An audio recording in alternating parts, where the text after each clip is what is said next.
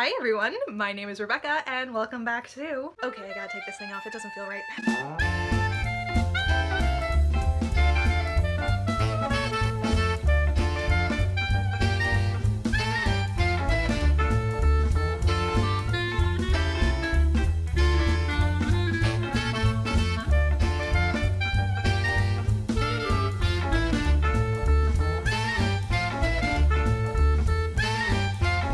Today, my friend Fox Queerwatson and I will be talking about the original Sherlock Holmes canon and BBC Sherlock as an adaptation of those stories. Looking at the show through this lens, it becomes extremely clear that the writers read Holmes and Watson's relationship in the stories as romantic, and are adapting them with the intention of making that romance explicit. I have a few different sections to cover, and for all but the last of them, Fox will be telling you about that subject within the canon, and I'll be discussing how it's been adapted in BBC Sherlock. So let's start with the subject of unreliability. Right.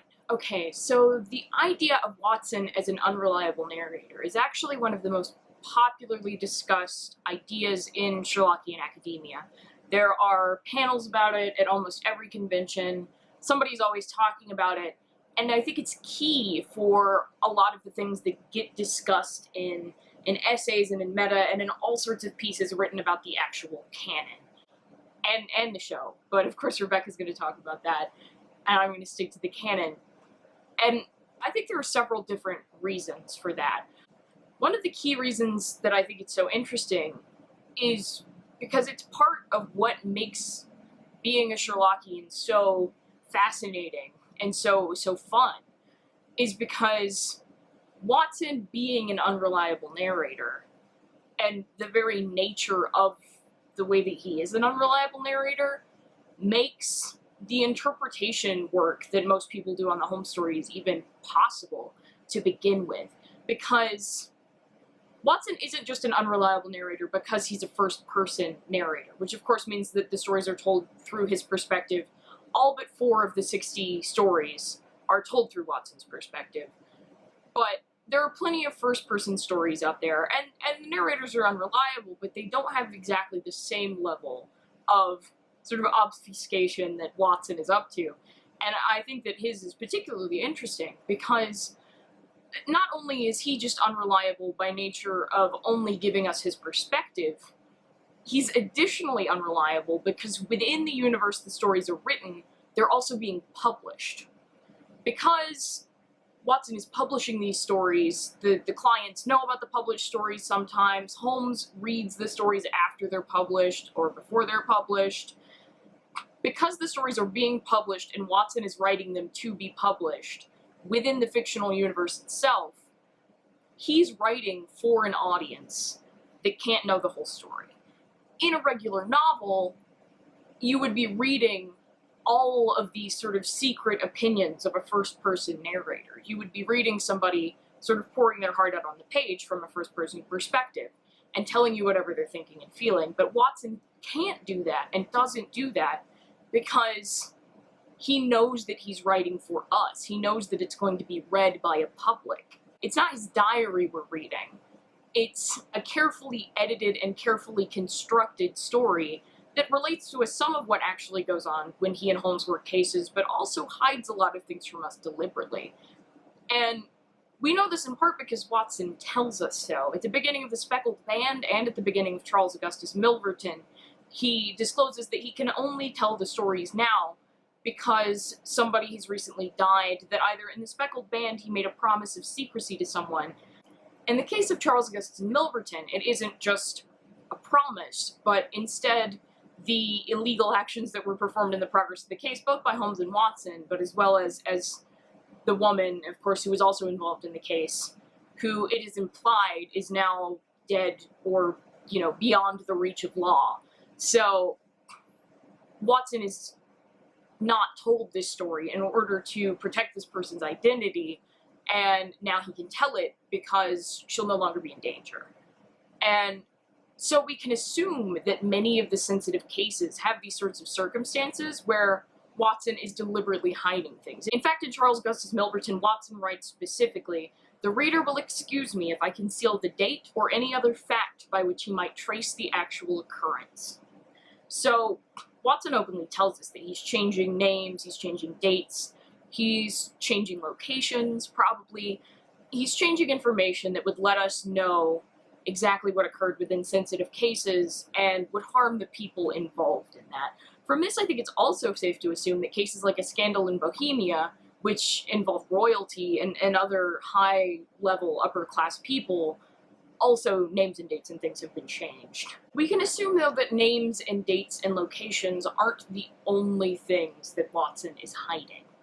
So, people have speculated a lot over the years that Watson may be hiding a gambling addiction, and just from one or two lines, alcoholism, Holmes's entire appearance. Many people have wondered if Watson deliberately lied about the way that Holmes looks so that he would be safe to go out on cases and not have to always disguise himself and not always be recognized as a detective. Which that, of course, is played with in many, many adaptations. The idea of Watson hiding Holmes' appearance and things like that. So, all of these factors mean that we can speculate that Watson could have been hiding almost anything. But then again, there's also a lot more evidence for particular readings of what Watson may be hiding. And one of the readings, of course, that has the most evidence is that Holmes and Watson were sort of hiding their relationship or their feelings for each other by the way that they wrote the stories, which, of course, again, there are things that we can interpret and there are things that we can see it through, but one of the things that allows us to see that relationship is the fact that it's hidden in this very fascinating way of reading between the lines of what Watson is saying to us and what he's not saying to us. So it's kind of difficult to bring the concept of an unreliable narrator to film, but the writers have done a brilliant job of this. There are references to John exaggerating things on his blog. I like the nicely embellished fictions on your blog, John. Real life is rarely so neat. So for funny stories, one has to look no further than John's blog. The record of our time together. Of course, he does tend to romanticize things a bit, but then, you know, he's a romantic. And if you read the blog and compare John's accounts to what we see in the actual episodes, it's clear that John, like Watson, is downplaying himself, and that his portrayal of Sherlock isn't entirely accurate. This is also a factor in the point of view switch in Series 3. We see just how distorted the way John views Sherlock is. They also address this directly more than once in The Abominable Bride, where the writers make it clear that they think Watson was constantly lying. According to you, I just show people up the stairs and serve you breakfast. Don't feel singled out, Mrs. Hudson. I'm hardly in the dog one. Never on a case. You promised me, never on a case. No, I just said that in one of your stories. I write all of that, Holmes, and the readers lap it up, but I do not believe it. There are also constant references to impossible things being true on the show. I'll play you a few now, but I plan to do an entire episode in the future on the conspiracy foreshadowing in the show. For now, here are some times the show has referenced believing in the unlikely. We have this website. It explains the true meaning of comic books, because people miss a lot of the themes. But then all the comic books start coming true. Oh, interesting. Once you've ruled out the impossible, whatever remains, however improbable, must be true. Listen, if you can imagine it, someone is probably doing it somewhere. Of course they are. Wasn't he some sort of conspiracy nutter theorist? You're only a nutter if you're wrong. It's fine. Because this means that my dad was right. He found something out of me.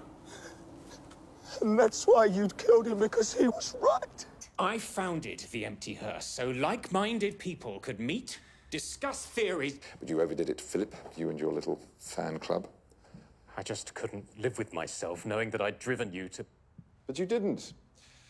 You were always right. There's another element to this, too. The canon is full of references to hidden truths and making you wonder what really happened at certain points. And if there's any story suited to that, it would be Sherlock Holmes, where the title character repeatedly tells people to pay attention to details and have faith in a grand solution. So how did the writers keep that in mind when creating their version? Well, since the intent is to tell John and Sherlock's story as a romance, and again, there's plenty of evidence that they read a romance in the original stories, then that's where the biggest possibility for a hidden truth is. You're meant to pay attention to details and search out those hidden truths. The thing is, Watson included Holmes mentioning how inaccurate his stories were, because he wanted his audience to know he was lying. It's the same here. The writers lie and then tell us they're lying. The Victorian special was amazing, Abominable Bride. And in terms of I think I sort of expected it to be, well, this is a standalone, this is a separate sort of fun thing that we're going to do. Well, you expected that because we explicitly told you that's what it was.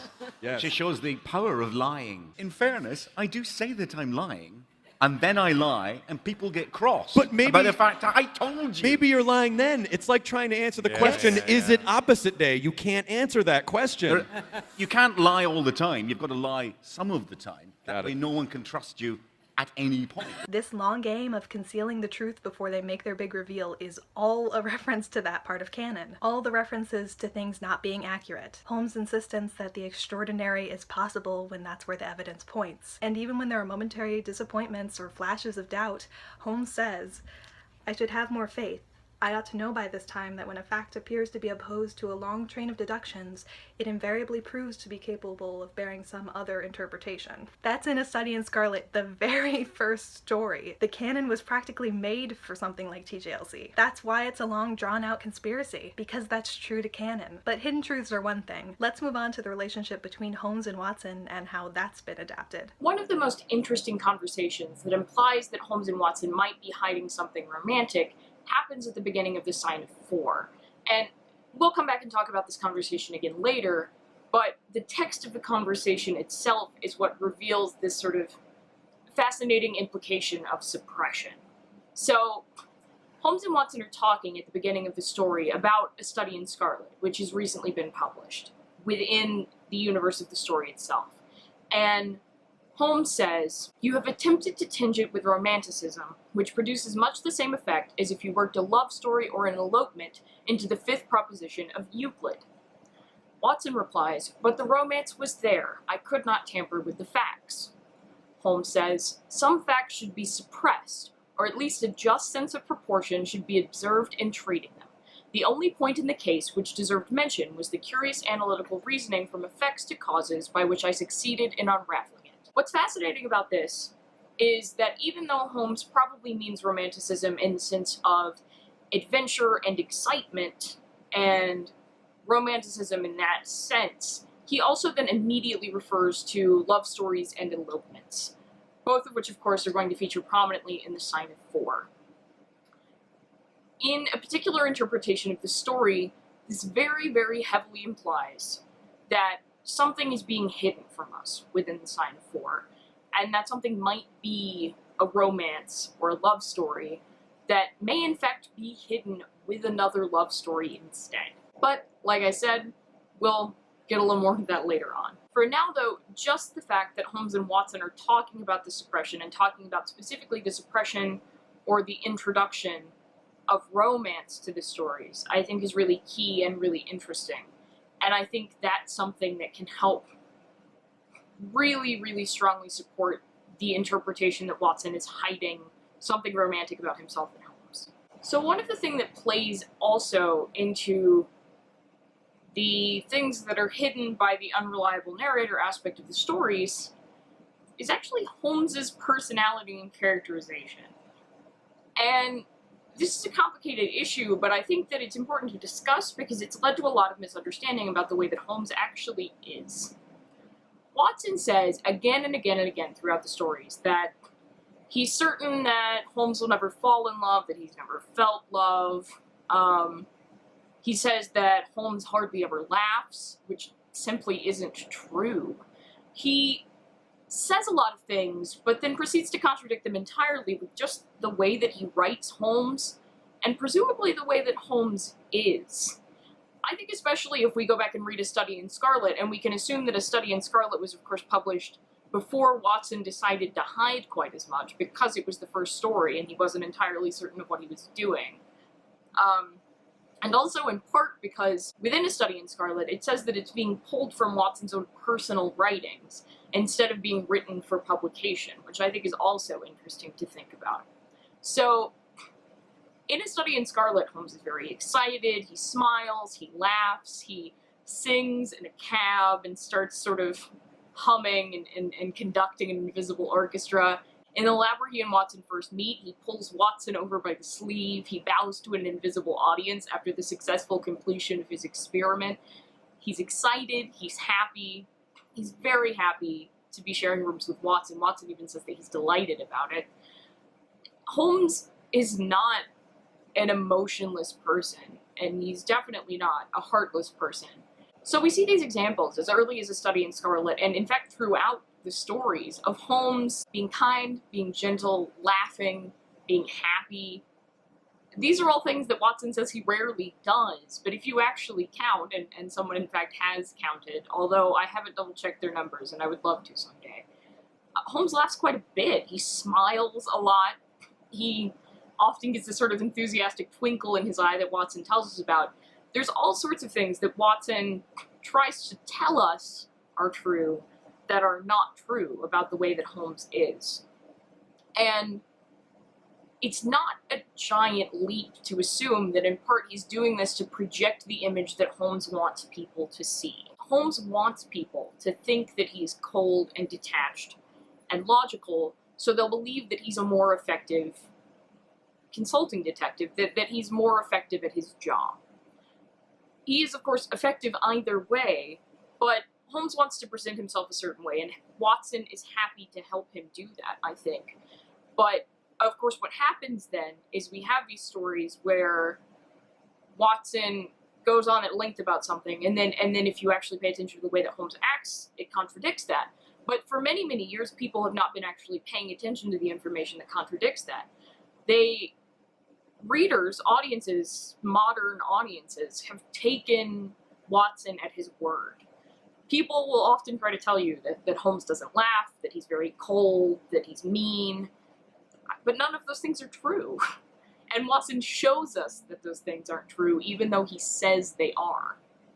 So, hiding this part of Holmes's personality is actually fascinating, in part because this whole idea of leading a double life was key to perceiving men who were homoerotically inclined in the Victorian period, which is, of course, a way of saying that they were gay, but of course, gay wasn't really the same concept in the Victorian period, so homoerotically inclined is a way to say that. You could also say men attracted to men.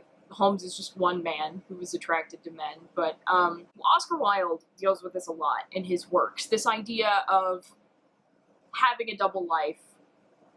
It's very, very key in the importance of being earnest, if you've read that play. And it was a metaphor for having to lead that double life because you were a man attracted to other men. And I think this sort of double persona that Holmes has could be a metaphor for that in the same way. I find it very, very fascinating that it's something that is there, but it's rarely discussed in essays or any kind of academia. It's very, very interesting to me. So that's all of Holmes's characterization and how it relates to what Watson tells us about it. There's also just Holmes and Watson's relationship itself. So Holmes and Watson are very intimate with each other. They often walk arm in arm. Holmes will often grab Watson's arm, his hand, his leg, in train carriages and dark rooms. They often share a room. They share a room in The Man with the Twisted Lip. And they would probably have had to share a bed had Holmes not apparently stayed awake all night. There are many, many examples of them feeling very, very comfortable with each other. And this isn't necessarily a sign in and of itself, but that paired, I believe, with other things means that a romantic reading is almost more valid than any other reading. So, particularly, one of the ones that I think is very, very interesting, that most people often overlook and often won't really talk about, is and it's a throwaway comment, so I see why it often gets missed, but it's more fascinating to me than almost anything else that I've found in the canon. In the Red-Headed League, Holmes and Watson are meeting with a police officer and the man who runs the bank, because the bank is about to be robbed. And they're all waiting, and they have a very long time to wait, because they're waiting for the criminals to come up through the tunnel and attempt to steal the money, so that they may catch them red-handed. It's a group of 4 men, Holmes and Watson being 2 of the men. And Holmes makes a reference in French to the party being a party of 4, only the particular phrase he uses, which I will not attempt to pronounce, but I will put it for you on the screen here. particularly often refers to an appropriate number of people, and specifically an appropriate number of couples for a game of whist. And it often meant two couples of a man and a woman. Holmes says this in relation to himself and Watson, and jokingly the police officer and the bank manager. So what he's really saying is that the police officer and the bank manager and himself and Watson are two decent couples. I still have trouble finding an explanation for that comment that is not somehow at least an implication that Holmes and Watson are together, or Holmes would like them to be together. He's obviously sort of joking in relation to the bank manager and the police officer, but it's a very strange joke, and it's one of the many, many things throughout the canon that Holmes says or does, or Watson says or does, that has very little explanation if they're not a couple. If I tried to go over all of them, I would take all day, and I don't want to take all day, but there are many examples like that, and that's just one of them, and I find it very, very interesting. I also, of course, think that it's very, very relevant to the way that the relationship is being handled and being read in the show and through TJLC. So I'll let Rebecca talk about that. Again, obviously, since they're adapting this as a romance between Sherlock and John, the writers know about all of those moments. While Holmes and Watson might have gotten together quite early on in the canon, that isn't the case here, and for good reason. They brought this show to the modern day, not just because it allows Sherlock and John to be together publicly, which it does, but because now their show automatically carries the history of 130 years of Holmes adaptations. There have been adaptations that got the relationship wrong, and adaptations that knew the relationship was romantic but couldn't do anything about it. This adaptation is taking all of that in, and finally resolving it by showing the truth through a slowly unfolding love story. After all this time, they will be allowed to be together. If you want evidence of that buildup in the show, just watch the episode breakdowns. But the fact that the writers read the stories this way becomes most explicit in The Abominable Bride. Firstly, they directly addressed Holmes being described as cold and unfeeling when he never actually acts that way in the greenhouse scene. Why do you need to be alone? If you are referring to romantic entanglement, Watson, which I rather fear you are, as I have often explained before, all emotion is abhorrent to me. It is the grit in a sensitive instrument, the crack in the lens. Yes. Well, there you are. You see, I've said it all before. No, I wrote all that. You're quoting yourself from the Strand magazine. Well, exactly. No, those are my words, not yours. That is the version of you that I present to the public. The brain without a heart. The calculating machine. I write all of that, Holmes, and the readers lap it up, but I do not believe it. Well, I have a good mind to write to your editor. Watson says that he doesn't believe the version of Holmes that he sells to the public. He explicitly created this version to hide Holmes's romantic feelings and sexual impulses. You're a living, breathing man. You've lived a life. You have a past. What? Well, you must have had... Had what? You know. No. Experiences. Pass me your revolver. I have a sudden need to use it. Damn it, Holmes, you are flesh and blood. You have feelings. You must have impulses. This could not be more explicit. The writers think that Watson was lying about Holmes's romantic and sexual feelings in the canon. By the end of the episode, we know what the truth is. That this story has always been about the relationship between Holmes and Watson since these stories were being published in the Strand. At the end, it's always just you and me!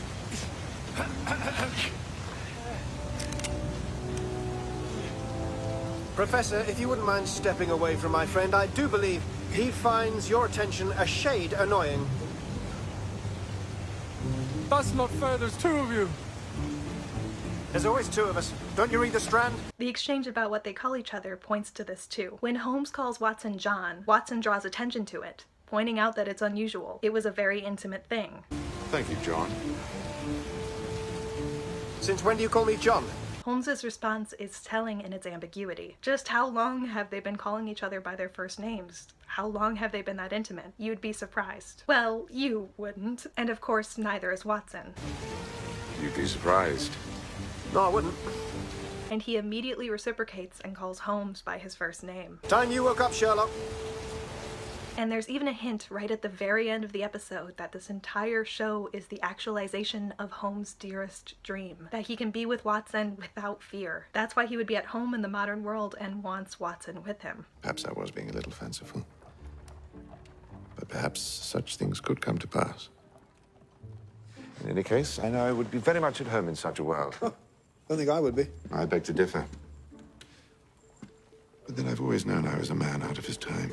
Because he knows that in this modern retelling, he will be with Watson publicly. Mark himself has backed up this reading of this scene more than once. We also ended up with an unexpected thing, really, in that last scene where the credits roll and then it suddenly goes back to Baker Street and Sherlock says to John, this is my idea of what the future might be like. So, which really poses the possibility that the entire series, our series, is just the fevered imaginings of a real Victorian man. Right. So maybe the whole thing is just a Victorian man's idea of the future. And the most logical reason for Holmes to want to be in the world of BBC Sherlock is that his relationship with Watson will become explicitly romantic for the first time in 130 years. Let's move on to Watson's wife. As I was talking about earlier, there's a conversation at the beginning of the Sign 4 where Watson and Holmes are talking about suppressing romantic factors of the stories, suppressing love story within the cases, and Watson argues that the truth should be told, and Holmes says maybe partial truths could be told, essentially, to paraphrase the conversation, but that other certain things should be suppressed. What I find most interesting about this is that it is at the beginning of the Sign of 4, which is of course the case where Mary Morston first appears, and where Watson at the end of the story becomes engaged to her. Now, I struggle because there are, I think, multiple different ways to interpret the Sign of 4 from a queer reading perspective, from a queer theory perspective. And I think all of those ways are valid. I think they're all fascinating. I've written an essay about one way and actually tend to favor another. But what really plays into the show and what really plays into TJLC, I think, is that there's a way to read the Sign of 4 in which Mary is perhaps a real character, but maybe even not a real character, but is certainly, to some extent, an invention to help hide Holmes and Watson's relationship. Because of this conversation, I think this interpretation gains a lot of traction, because having this conversation at the beginning of the Sign of 4 is very strange. It's very weird. And the way that Holmes deliberately makes reference to inserting a love story or an elopement not making sense in the cases, and then this very case including a love story and an elopement sort of being inserted, I find really fascinating.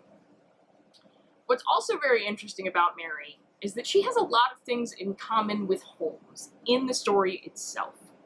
She is the same age that Holmes was when he and Watson first met. There are certain ways that Watson describes Mary that he also described Holmes when they first met. It's very interesting to read into. But she also could have been a real client that Watson simply lies about being engaged to. But I think either way, this entire idea that Mary is somehow fake or that the marriage is somehow fake really, really plays into what might play out in BBC and within TJLC. And because Mary already isn't real, but I'll let Rebecca talk about that.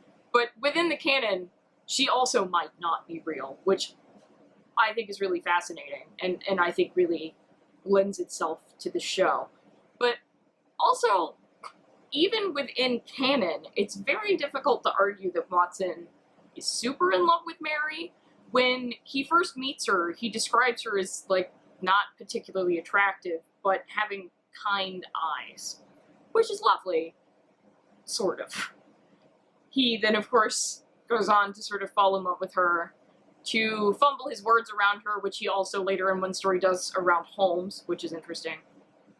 And also, of course, to presumably marry her, although the marriage doesn't take place within the actual written case. At the end of the story, Watson is going to be married to her, which is the only evidence we have, actually, that Mary Morston is Mrs. Watson.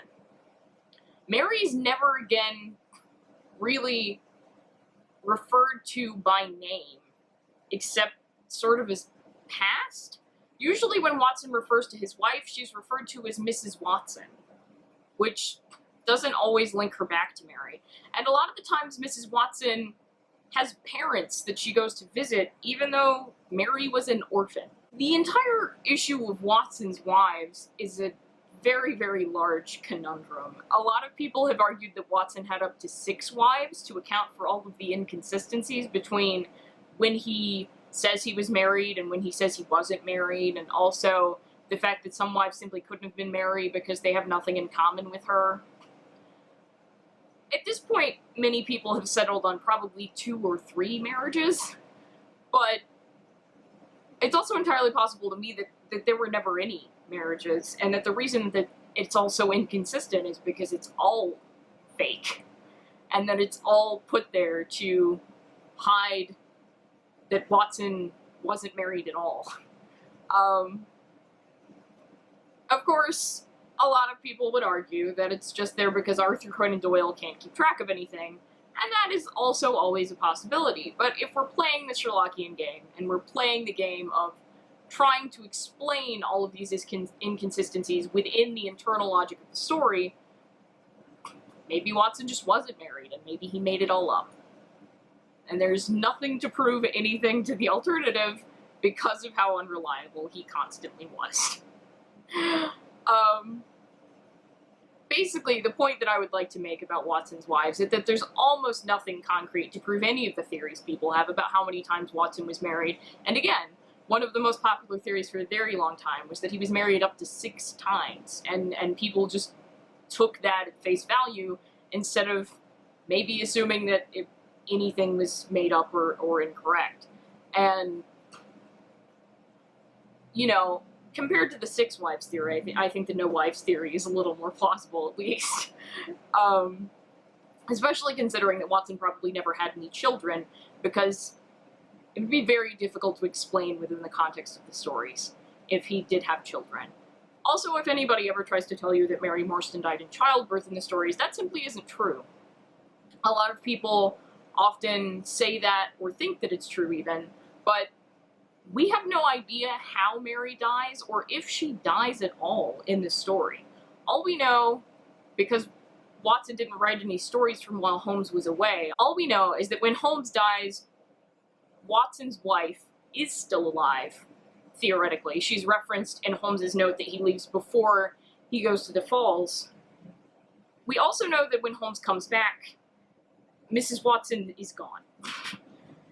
That's about all we know. There is a 1-line reference in The Empty House that refers to Watson's loss, and Watson is no longer married because he's free to move back into Baker Street. That's the only evidence we have that anything happened to Mary Morston. We have no idea of her fate. We have no idea, actually, if she was still the person that was married to Watson. It's all very unclear, which really means that adaptations can sort of do whatever they want with it. Which, of course, there are a lot more theories with what may actually happen in the show, and I'll let Rebecca talk about that, but there's a very, very open possibility there for whatever anybody might want to do. But the marriage was not so solid in canon, either. Watson mostly talks about leaving it, and may have not even existed at all, so it's not much of a defense. And Mary also may have been invented even within the canon, which I think is really interesting. There's a lot of confusion surrounding Mary Morston and the canon, and that carries over to this series. Apart from TJLC itself, the interpretation of Mary's character is one of the most debated things in the fandom. So that relates back to all that confusion over Mary, and when Watson married, and how many wives he had, and what happened to Mary Morston in the end, and whether she was real at all. The writers adapted that very cleverly. But Mary isn't just an adaptation of the Mary Morston character. She's also given elements both of the Agra treasure and Colonel Sebastian Moran. As a refresher, the Agra treasure was the central item in the case in The Sign of the Four, where Mary Morston was introduced, and is referred to multiple times as a curse. The Agra treasure ruined the lives of more than one person. It was an evil day for me when I first clapped eyes upon the merchant Achmet, and had to do with the Agra treasure, which never brought anything but a curse yet upon the man who owned it. To him, it brought murder. To Major Sholto, it brought fear and guilt. To me, it has meant slavery for life. And they made Agra Mary's true identity. AGRA, what's that? My initials. Everything about who I was is on there. If you love me, don't read it in front of me. Why?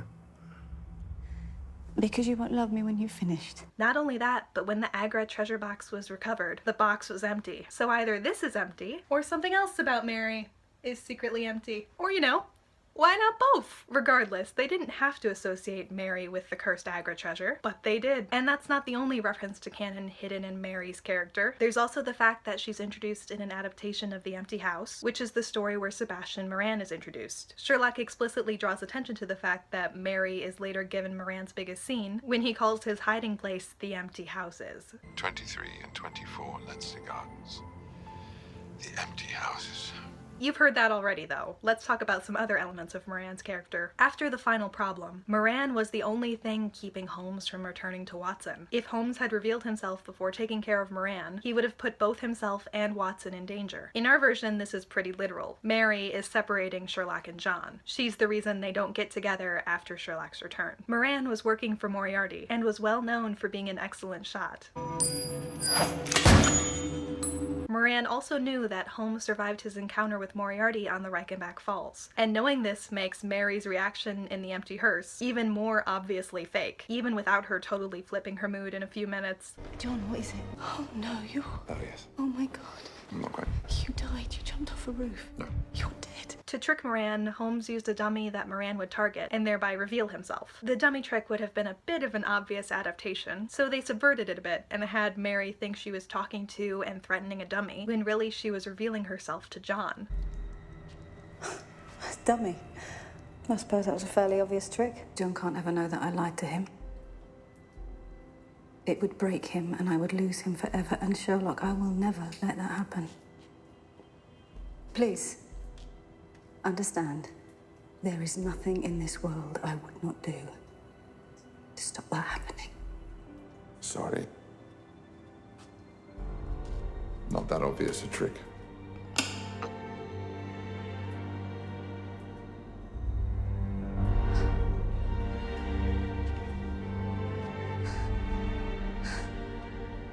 In the canon, once Moran was out of the way. Coincidentally, in the same story where Mrs. Watson has been conveniently written off, Holmes is free to resume his life with Watson, and they can go back to happy domesticity. It's obvious where this is headed. One last thing with Mary Morston that I think you'll enjoy. There's a pretty infamous moment in The Man with the Twisted Lip where Mary refers to Watson as James, which is why John Watson is commonly given the middle name Hamish to explain this. But several stories later in The Crooked Man, which actually took place before Twisted Lip, the timeline is super confusing, a woman called her husband David rather than his actual name to refer to his character. He was stealing another woman's wife just like David in the Bible. When I got to that point, I wondered if that was meant to refer back to that moment in Twisted Lip, and was a clue for Mary calling John James also being a biblical reference, to refer to his character as someone patiently waiting for vindication. I kind of wondered if anyone had made that connection before, and then I remembered this. Someone sent me this.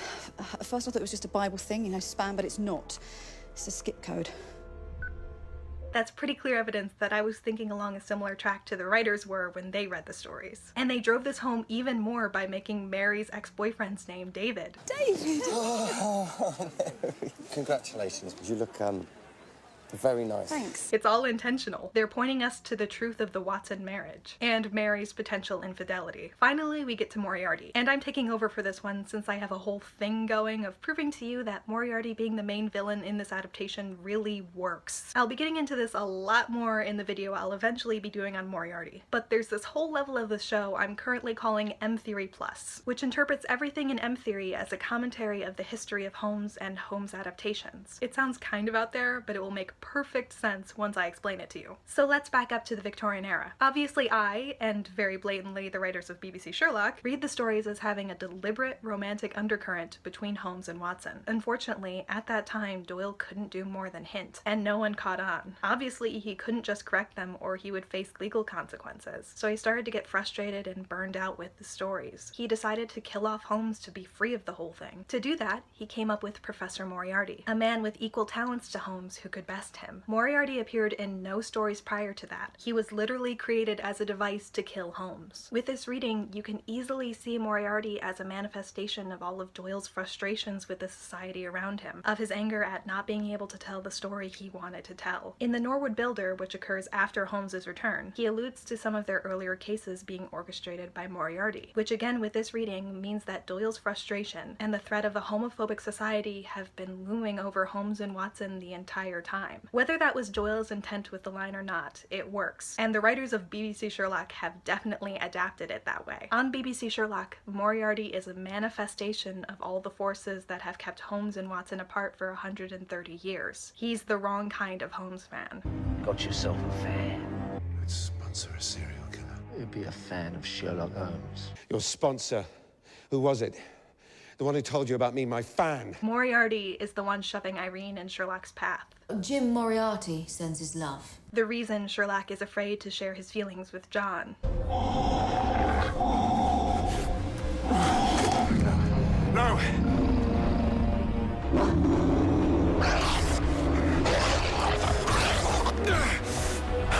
Not you! Not you! The one causing the public to have a distorted view of Sherlock. Genius detective proved to be a fraud. I read it in the paper, so it must be true. I love newspapers. Fairy tales. And pretty grim ones, too. The reason John gets married. Is it truly such a surprise that the woman you fall in love with conforms to that pattern? He's the root of all of it, and Sherlock and John haven't managed to escape him yet. Moriarty even has power over those who would help Sherlock and John get together if they could. People like Mycroft, from acting and instead leaving them apart. I'm sorry. Oh. Tell him, would you?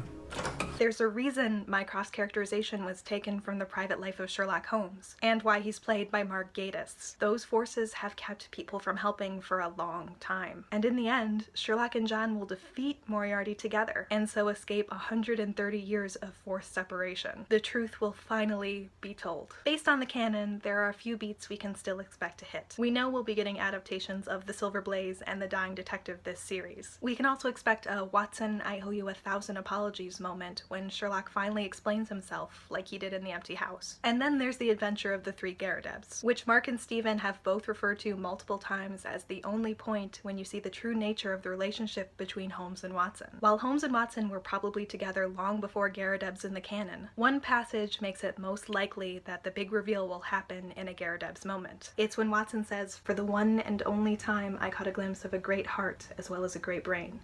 All my years of humble but single-minded service culminated in that moment of revelation." And the moment of revelation is what we're all waiting for, where this adaptation finally shows its true colors and reveals that it's been a love story since the very start. I need to give a huge thank you to Fox for helping me with this video. You can find them on Tumblr at Queerwatson, and here on YouTube at Burn the Ghosts, where they talk about Holmes and adaptations all the time. Also, if you haven't read the canon yet, I really recommend it. I finally got around to reading most of it when I was researching for this video, and it really is just so great. There are so many moments of intimacy and things you just won't believe Doyle got away with, and you'll come out of it more sure than ever that an adaptation like this one was inevitable, and it makes it even more exciting that we get to be here to see this unfold. I'll be back very soon to talk about music on the show, which I know a lot of you are looking forward to. Until then, thank you for watching, and get ready to believe.